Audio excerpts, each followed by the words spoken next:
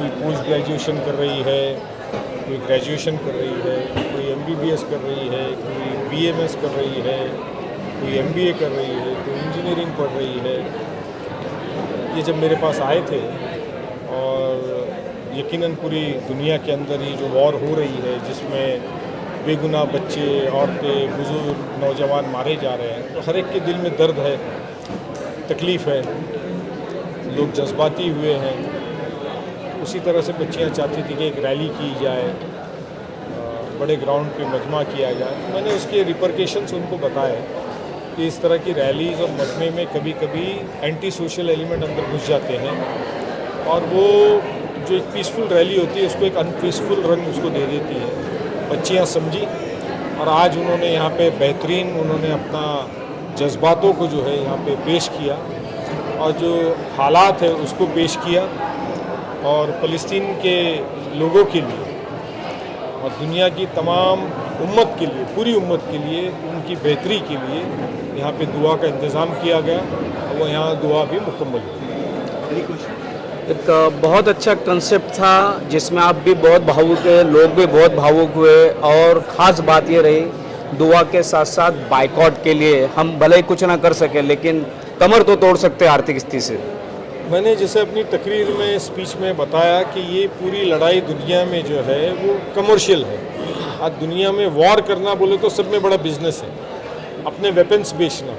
हिंदुस्तान ने इजराइल से billions of dollars के पिछले 5-7 साल में वेपन्स खरीदे, फ्रांस ने इजराइल से खरीदे, अमेरिका पूरी दुनिया में अपने वेपन्स बेचता है। तो वेपन्स कब बिकते हैं? जब दुनिया में लड़ाई होती है, वॉर होता है। तो वेपन्स बेचना दुनिया में सब में बड़ा बिजनेस है। ऑयल इकोनॉमी को कंट्रोल करना ये दुनिया में सब में बड़ी बिजनेस है।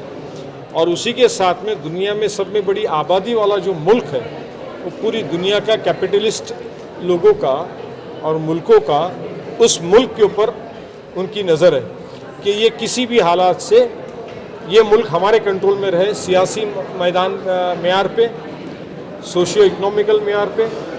तो वो अमेरिका और वेस्टर्न वर्ल्ड हिंदुस्तान को अपने साथ रखना चाहते हैं, मगर हिंदुस्तान के संबंध चाहे सरकार कोई भी होने दो, मगर हिंदुस्तान के जो ताल्लुकात हैं मिडिल ईस्ट के साथ में वो बहुत ही भाईचारगी का है। आपको याद होगा कि यासिर अराफात जो पीएलओ के लीडर थे, फ़लस्तीन लिबरेशन ऑर्गेनाइजेशन के, वो इंदिरा जी के वक्त भी, राजीव गांधी जी के वक्त भी हमेशा हिंदुस्तान आया करते थे और हिंदुस्तान से सारे लीडर्स वहाँ जाया करते थे।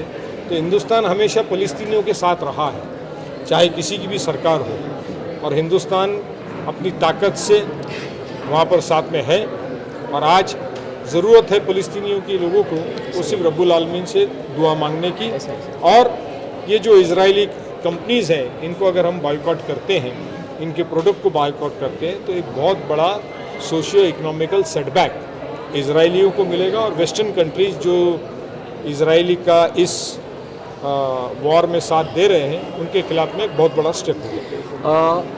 प्रोग्राम करने वाले सब नौजवान हैं। अक्सर देखा गया है कि इस तरीके के जब प्रोग्राम होते हैं, रास्ते पे होते हैं, तो वो भटक जाते हैं। और आज का नौजवान और अगर 2012 के इसमें कंपेयर किया जाए तो क्या फ़र्क लगता है? मैं ख़ास तौर पे ये कहूँगा कि मुस्लिम माइनॉरिटी के बच्चे पिछले 10-12 साल में, मीरा भाईंदर की अगर खाली एक मिसाल दूँ तो मुझे ऐसा लगता है कि 99.9% बच्चे आज तालीम पा रहे हैं, चाहे वो स्कूल में हो, कॉलेज में हो, हायर एजुकेशन में हैं। और जो % जो बच्चे जो नहीं तालीम ले रहे हैं, वो जो हर वक्त हर 2-4-6 महीने में जो बच्चे माइग्रेट होकर आते हैं बंगाल से, बिहार से, यूपी से, जो न्यू फैमिलीज़ आती है जिनके वालिद वगैरह यहाँ पे रिक्शा चलाते हैं, भाजी तरकारी या फ्रूट बेचते हैं, उनके बच्चे होंगे। मगर वो भी 6-8 महीने में, साल भर में हमारी ये कोशिश रहती है कि उनको भी इंस्पायर करें, मोटिवेट करें, उनको मदद करें और स्कूलों में उनके बच्चों का एडमिशन होता है। मुझे इस बात की खुशी है कि जो 30-35 साल से हम जो काम कर रहे हैं शहर में एजुकेशन को लेके, उसमें आज ये बच्चियाँ अगर स्टेज पे खड़ी है, ये बच्चे अगर आज यहाँ स्टेज पे खड़े हैं, ये सारे तालीम याफ्ता है, एजुकेटेड है। मुस्लिम कम्युनिटी को जो इस तरह बताया जाता है कि अनपढ़ है, गंवार है, जाहिल है, आज ये कम्युनिटी इससे बहुत ऊपर उठ के है। आपने नौजवानों को कुछ रेफरेंसेस दिया कि कुछ किताबें आपको पढ़ना चाहिए करके। ऐसा है कि जो भी दुनिया में आज हो रहा है वो आज ही नहीं हो रहा है। अगर हमास ने कोई हमला किया और इजराइल ने अगर दूसरा हमला हो रहा है या यूक्रेन और रशिया की वॉर चल रही है तो ये ओवरनाइट का काम नहीं है।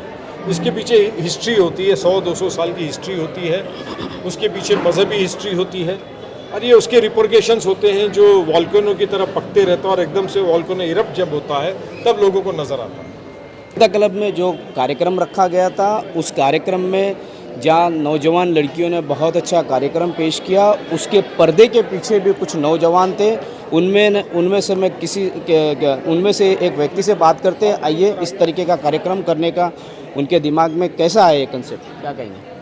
बस हम लोग देख रहे थे कि ये सब चल रहा है जो दुनिया में बहुत जुल्म सितम चल रहा था मुसलमान भाइयों पे, तो हम लोग ने बस दिमाग लगाया कि कैसे एक सही तरीके पे और कानून को हाथ में ना लेते हुए हम लोग कुछ करें। तो हम मुजफ्फर हुसैन साहब के पास गए, उनको बोला कि हाँ हमारे को प्रोटेस्ट करना है। तो उन्होंने बोला प्रोटेस्ट वगैरह करने से, रैली निकालने से तो कुछ होगा नहीं, आपको मैं एक सीधा रास्ता बताता हूँ, वो रास्ते पे चलो। उनने हमारे को थोड़ा एक रास्ता बताया, तो आज हम लोग ये मुकाम पे इधर आके ये चीज़ कर रहे हैं और अल्हम्दुलिल्लाह अल्लाह के करम से हम लोग सफल हुए और बहुत सारे लोग हमारे साथ आए। और मैं लोगों को यही बोलना चाहूँगा कि हमारे नबी के रास्ते पे चलिए, उनकी हर चीज़, हर जो सेक्रीफाइस उनने किए उसको ज़ाया ना होने दीजिए और इंशाल्लाह बस उनके रास्ते पे चलो।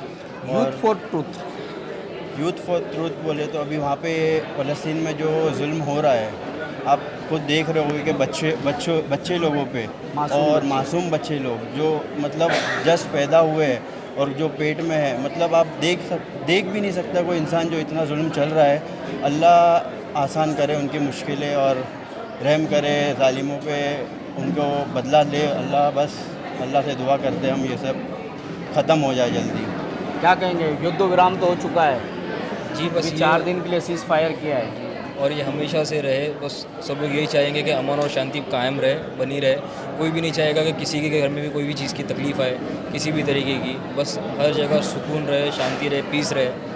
बस इतना ही हम लोग भी यही चाह रहे थे, इसलिए दुआ भी रखवाई गई हमारे भाइयों के लिए, बहनों के लिए, कि दुनिया में कोई भी कहीं भी रहे, बस सुकून से रहे और किसी को भी किसी भी चीज़ की वजह से, हम भी हमारे घर के अंदर भी हम ये नहीं चाहेंगे कि किसी को भी किसी चीज़ की परेशानी आए। रास्ते पे करने की बजाय इस तरीके से हॉल में करना और फिर हॉल के अंदर उसको ड्रामे में तब्दील करना, जी एक बहुत अच्छा कंसेप्ट है। जी, ये पूरा जितना भी हमारा आज का ऑर्गेनाइजेशन है, पूरा मुज़फ़्फ़र हुसैन साहब की वजह से जो भी हमने कर पाया आज, क्योंकि कोई भी हमें सपोर्ट नहीं कर रहा था इस चीज़ के लिए। जेन्युइनली सब लोग, मतलब कहीं भी हम जा रहे थे तो कोई भी सुन रहा था कि इस चीज़ के लिए हमें दुआ करनी है या किसी भी चीज़ के लिए हमें आगे बढ़ना है, तो सब मना ही कर रहे थे। बट मुज़फ़्फ़र हुसैन साहब आगे बढ़ के हमें बोले इस चीज़ के बारे में कि आप लोगों को करना ही है, तो अच्छे से सिस्टमेटिकली एक जगह पे दुआ करवाइए, वहाँ पे आप लोग कीजिए। और किसी भी चीज़ को या किसी भी लोगों को इस चीज़ से परेशानी नहीं होनी चाहिए।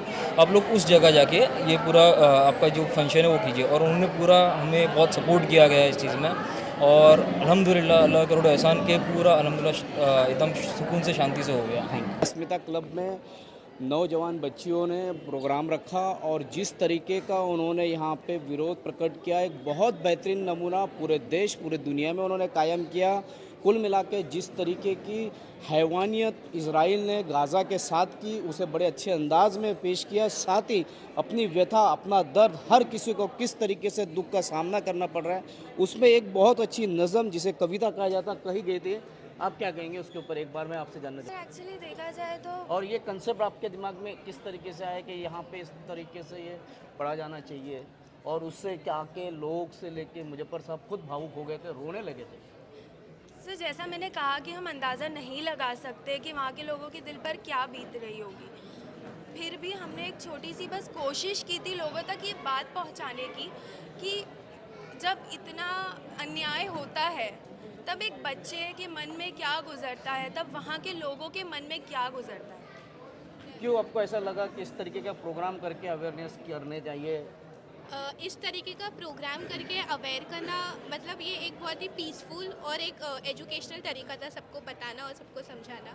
नशीद और पोयम जैसे परफॉर्मेंसेस रख के हमने ये सोचा कि शब्द और देखने से और सुनने से तो हर कोई समझता है, लेकिन वो एक म्यूज़िकल टच देके जो लोगों के दिल पे, लोगों के सोल पे जो इम्पैक्ट पड़ता है उसका कंपैरिजन नहीं है।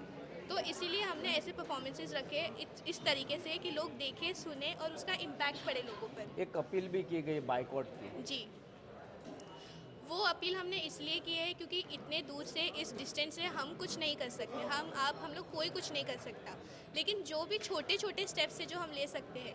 और हमें ज़ुबैर अंकल ने एक बार एक बात कही थी कि किसी को कमज़ोर करना है तो सबसे पहले उसे इकोनॉमिकली कमज़ोर करना है। तो तब से वो बात हमारे दिमाग में बैठ चुकी है और हमने इसलिए बॉयकॉट करने का फ़ैसला लिया है और पर्सनली कमिटमेंट लिए कि हम इजराइल प्रोडक्ट्स को बॉयकॉट करेंगे और हम दूसरों से भी रिक्वेस्ट करेंगे कि वो बॉयकॉट करें।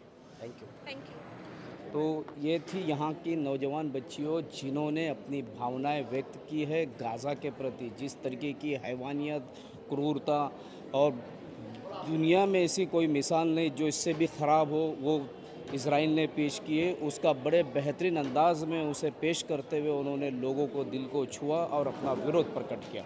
इसी तरह की खबरों के लिए मेरे यानी शकील शेख के साथ बने रहे, देखते रहे सिटी न्यूज़ मुंबई।